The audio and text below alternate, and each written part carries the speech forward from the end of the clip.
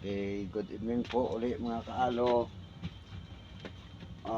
Irilipat natin yung bagong dating galing Ginsan kay Sir Kipen. Indo fertilizer organic. Ito yung nilagay namin. Saka usmukot. Dalawa po yan. Yung ating mix natin ganun pa rin. More sa coco cubes yung nilalagay natin mga kaalo. Saka rice hulls na luma.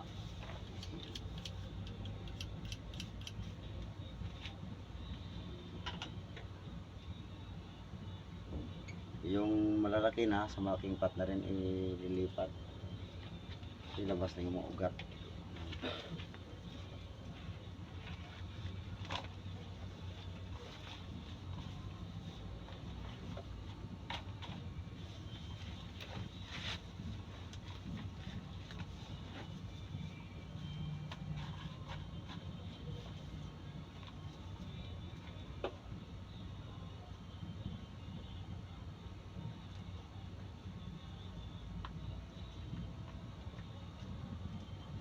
Kung maganda yung labas ng ugat, pag walang bulok, direkta na natin, huwag natin disolbuhin yung potting mix niya.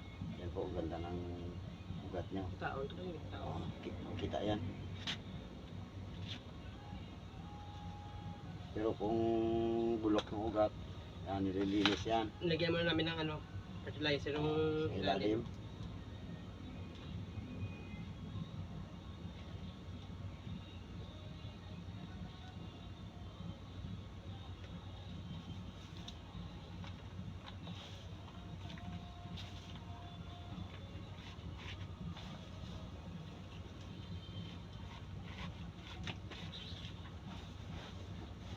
Mayroon kasi na seedlings na pag tinignan mo yung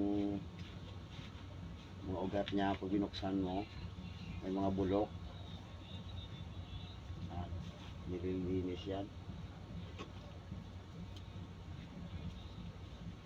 natanggal yung bulok ng ugat. Marito. Nilagyan namin ng label. Yan ang pangalan.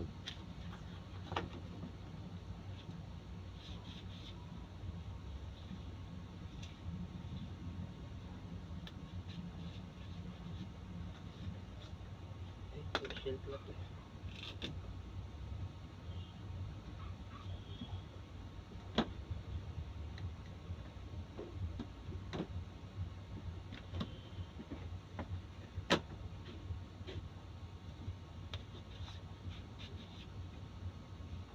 Ito. Mamaya na ito diligan, sabay-sabay na.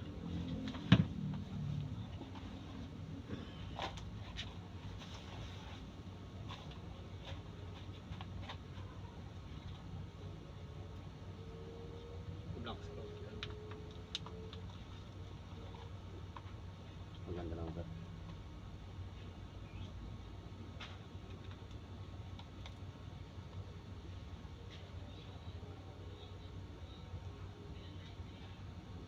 Ito lang ang nagustuhan namin sa Sa mga seller.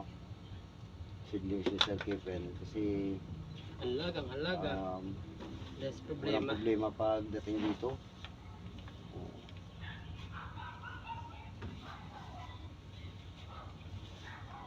Naranasan namin sa iba na live sealer na Basta yung potting mix. pagdating Yung ng halaman, wala yung sila. niya, yung ugat niya. Bulok. Bulok. Punggos. Yun. Mamatay yung dahon. Pero sa ilan daan na seedlings na Sa 140 namin parang apat na siguro yung yata casualty. yung, Casualty. yung namatay. Kahit na maliit yan pagdating, pero naka-recover din. Yun yan kaya yung namin, yung mga potting mix saka yung ginagamit na fertilizer. Sa yung paglinis. pagka hindi ka ano nito mag-alaga, sigurado, sayang yung puhunan. Sayang yung pera mo.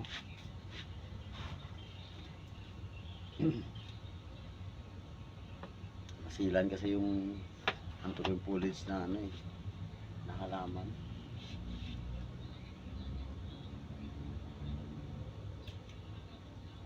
Ayaw niya na laging basa yung kanyang ugat.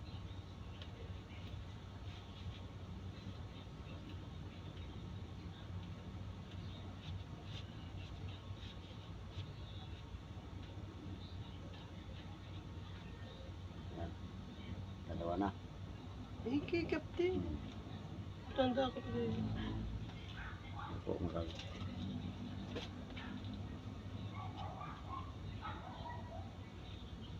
Mabilis lang to lumaki pagka ano na. Pagka bastante yung fertilizer.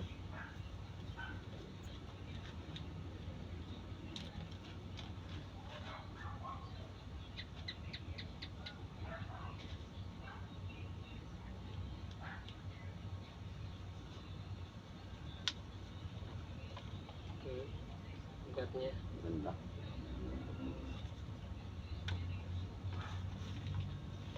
Compact type naman to na Black Scorpion. Yung compact type.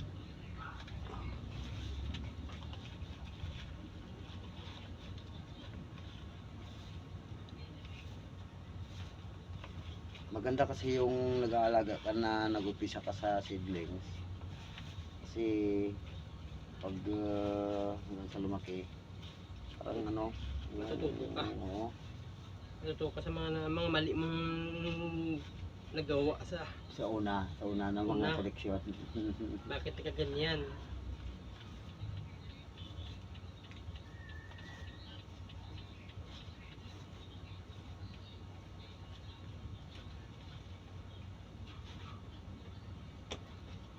Kasi iba bumibili may kulay na parang pagdating pang display na lang. Pagka Walang trilyon. pagkaraan ng 2 buwan, wala na, nasusunog yung mga dahon. Hindi alam kung paano alagaan. O, kung paano. Kasi yung anthurium hindi ito dapat na maanuhan ka agad ng ano, direkta na sunlight. Hindi rin pwede na madilim din na madilim. Parang dapat control yung init na ano, maanuhan niya.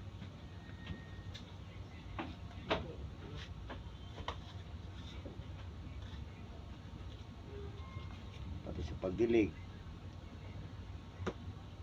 Basta buti yung underwater, wag lang overwater. Di ba Mahirap na ano yung kung ano. lang sa dilig, huwag mo sobrahan kasi kung nasobrahan ng dilig to sigurado bulok Mahirap patay na. lahat to.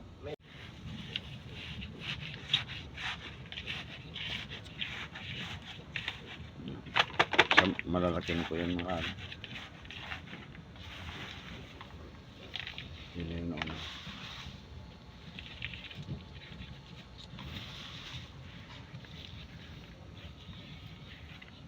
Ito pang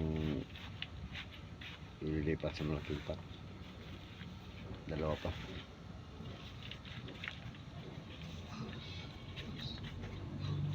Pagkatapos fertilizer. Ito sa taas.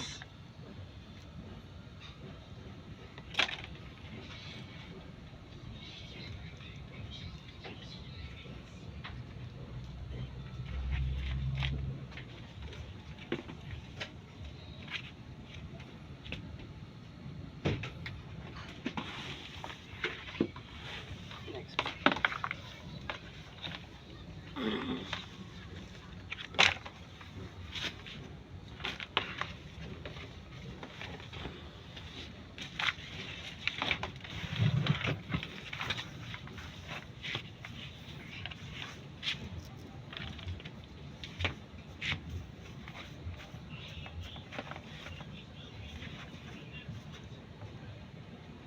Yung may fertilizer pa may.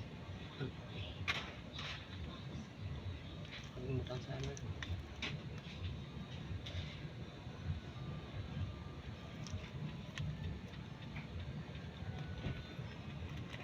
Ang ugat niya. Oh, yan. Oh, ganda ugat niya, na oh. mga ugat niya.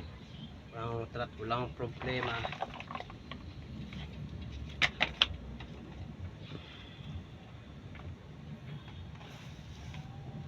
Kaya recommended talaga si Kipin.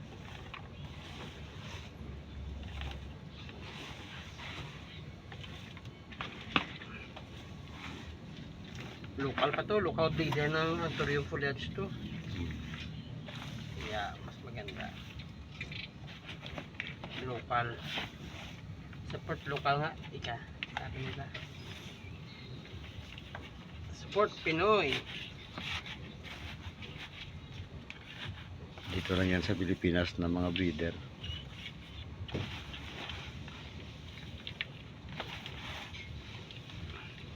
Maganda pa to. Kasi hindi na bloomers nagbenta, to. nagtuturo pa ano dapat mo gawin. Mga late bloomers lang ito mga kalo, pero pagka lumalabas din yung mga variegation nito, medyo ano na.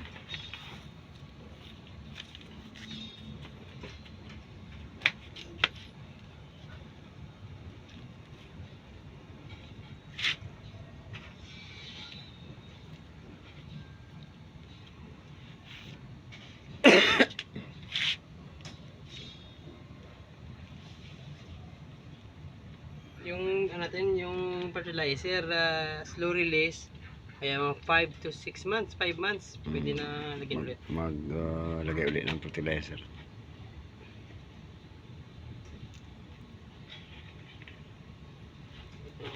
So wala na lang to na sanitize na to, sanitize naman bago natin hiwain yung mag-dissect tayo.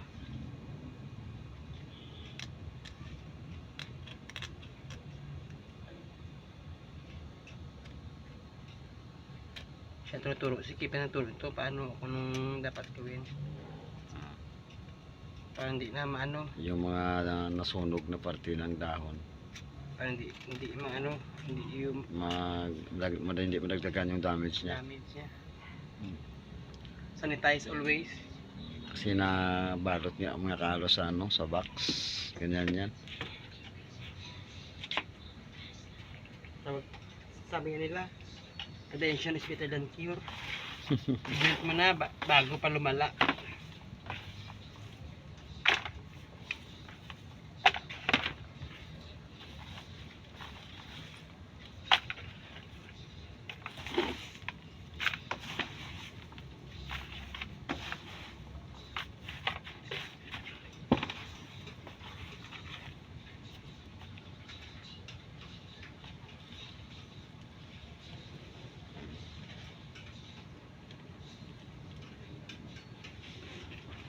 Ano pala nun? Black sayang pala yun. Hindi nakalimutan maglagay ng label. Sige. Go down. Tumawag yung apo ko. Yung apo ko yung Inglesero. Go down. Wala tayo may people daan.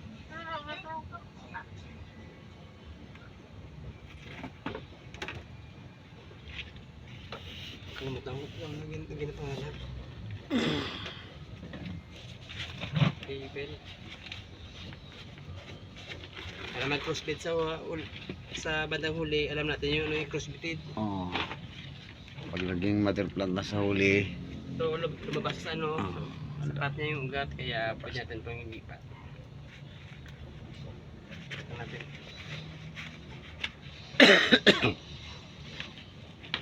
Tumari. Mari. Ganito din ang ginawa mga kalo nung dumating. May damage yung pinakadulo niya. Nakat. Tamo hindi na natagdagan yung ano. Ang ganda ng ugat. Sa akin na yan ha. Lagi ako na yan. Dito na yan lumaki. Maliit pa itong una na na mga in order.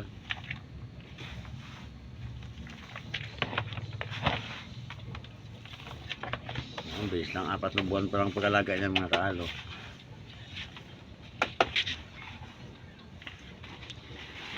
Sa Kaso lang, huli lang lumalabas yung mga variegation niya.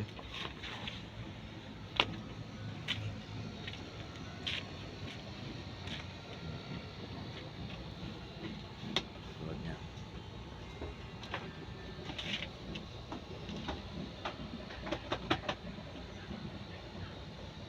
Mga late bloomers.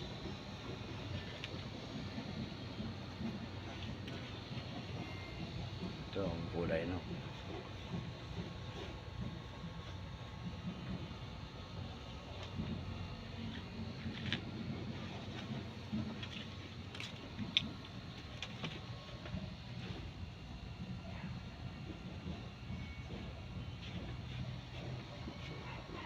Sige, hanggang sa susunod mga kalo kasi medyo mahaba na. Salamat. Sa Salamat. panunood. Ayan yung mga cardboard.